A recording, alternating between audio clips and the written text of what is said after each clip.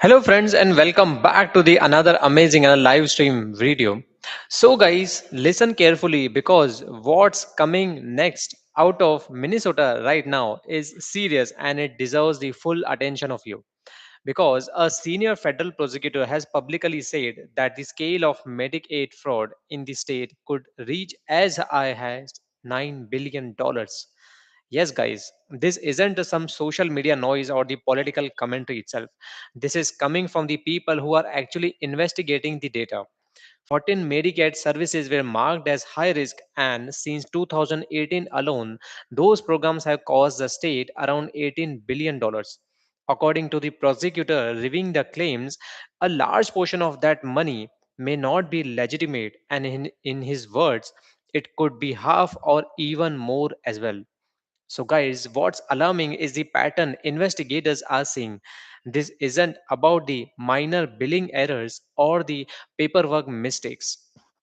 Prosecutors are describing situations where companies were created only to collect the money while providing little to no actual services. Programs mean to help the children, the disabled, people battling addiction, and the families needing housing were illegally used as personal ATMs. The money wasn't spent on the care, it was illegally spent on the luxury cars, international travel, cryptocurrency, and the expensive lifestyles completely disconnected from the people these programs were designed to serve. So, guys, some of the details are very hard to ignore. In one case, prosecutors say a defendant submitted more than $1 million in fraudulent claims and then left the country after receiving a subpoena.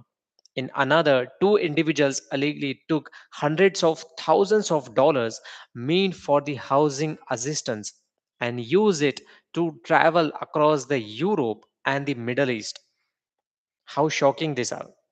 Investigators also say some suspects didn't even live in Minnesota. They registered as providers from the other states, exploited the system, and left, something prosecutors are now calling the fraud tourism. Now, federal officials are seeing this level of fraud stands out even when compared to the other states.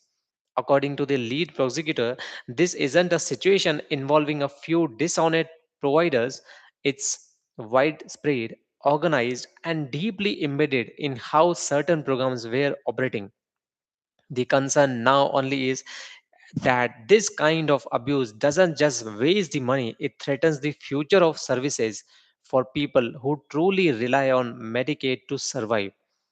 State officials are pushing back, saying they are working aggressively to stop the fraud and are asking for the faster cooperation from federal investigators. Now, an audit is expected to provide clearer answers soon, but the damage from years of weak oversight may already be done. When billions flow out without the proper checks, the system becomes a magnet for exploitation instead of support. So, guys, this story has become politically charged, but beyond the politics, the real issue is accountability. Taxpayer money was meant to protect the most vulnerable, and prosecutors are now saying that protection failed at an enormous scale. As more charges are filed and more evidence comes out, the focus will shift from how this happened to who allowed it to continue. This investigation is still unfolding, and what we have heard so far may only be the beginning. If these numbers are confirmed, it would mark one of the largest Medicaid fraud cases the country has ever seen. And that's something every taxpayer should be paying attention to. So, guys, thank you so much for joining in today and being with me till the end. If you like this story and breakdown, kindly give it a thumbs up and subscribe to our channel for such amazing daily headlines. And also let us know your thoughts in the comments. What do you think about this? Thank you.